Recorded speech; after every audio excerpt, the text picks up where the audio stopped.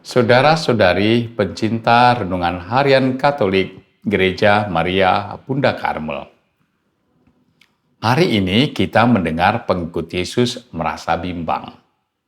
Berapa lama lagi engkau membiarkan kami hidup dalam kebimbangan? Jikalau engkau Mesias, katakanlah kepada kami.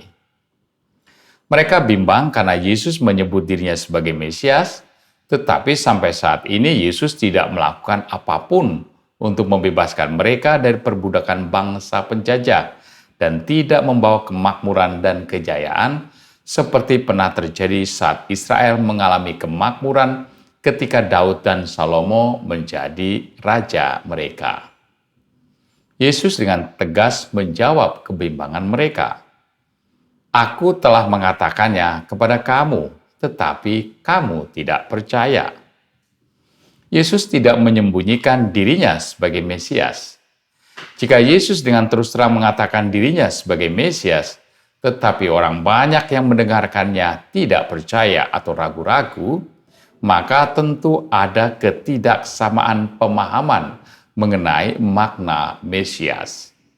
Yesus kemudian menjelaskan, pekerjaan-pekerjaan yang kulakukan dalam nama Bapa-Ku, itulah yang memberikan kesaksian tentang Aku. Pekerjaan-pekerjaan apa yang dilakukan Yesus? Mengapa orang-orang tidak mempercayainya sebagai tindakan yang menandakan bahwa Yesus adalah Mesias? Jika kita mencoba melihat pekerjaan-pekerjaan yang telah dilakukan Yesus, maka pekerjaan itu sebenarnya pekerjaan-pekerjaan yang sungguh mencerminkan kehendak Allah sendiri, yakni sabda bahagia, menyembuhkan orang-orang sakit, mengusir setan, membangkitkan orang mati, menggandakan roti, dan lain sebagainya.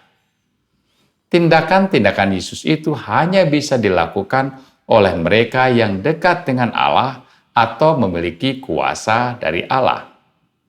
Orang banyak telah menyaksikan hal-hal itu, tetapi mereka tidak percaya atau bimbang bahwa Yesus adalah Mesias. Apakah ada yang keliru dengan cara berpikir orang banyak yang telah melihat sendiri atau mendengar dari orang lain apa yang telah dilakukan Yesus?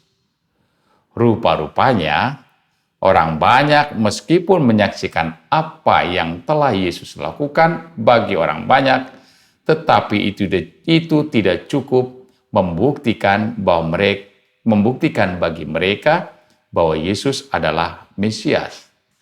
Pemikiran mereka, Mesias lebih ditafsirkan sebagai pembebas dari kemiskinan dan penjajahan dan kembali hidup sebagai bangsa yang disegani, bangsa yang lebih unggul dari bangsa lain.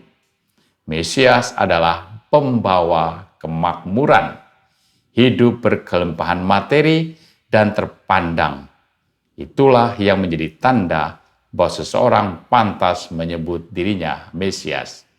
Di luar pengertian itu, meskipun mujizat-mujizat terjadi, belum bisa dipakai sebagai landasan menjadikan seseorang sebagai Mesias.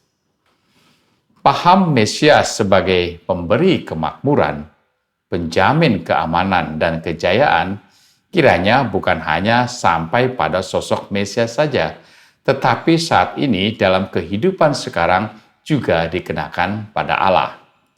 Tidak jarang banyak orang kecewa dan memilih tidak percaya kepada Allah hanya karena hidupnya secara materi tak kunjung membaik, tetap dalam kemiskinan. Permohonan-permohonan baiknya dalam hal pekerjaan, mencari jodoh, atau bebas dari penyakit tidak kunjung terjadi. Allah kemudian dimengerti sebagai Maha Kuasa, pemberi segalanya, terutama dalam hal-hal yang bersifat materi dan kekayaan. Paham inilah yang terkadang juga membuat kita mulai bimbang akan Allah yang kita imani. Tuhan memberkati.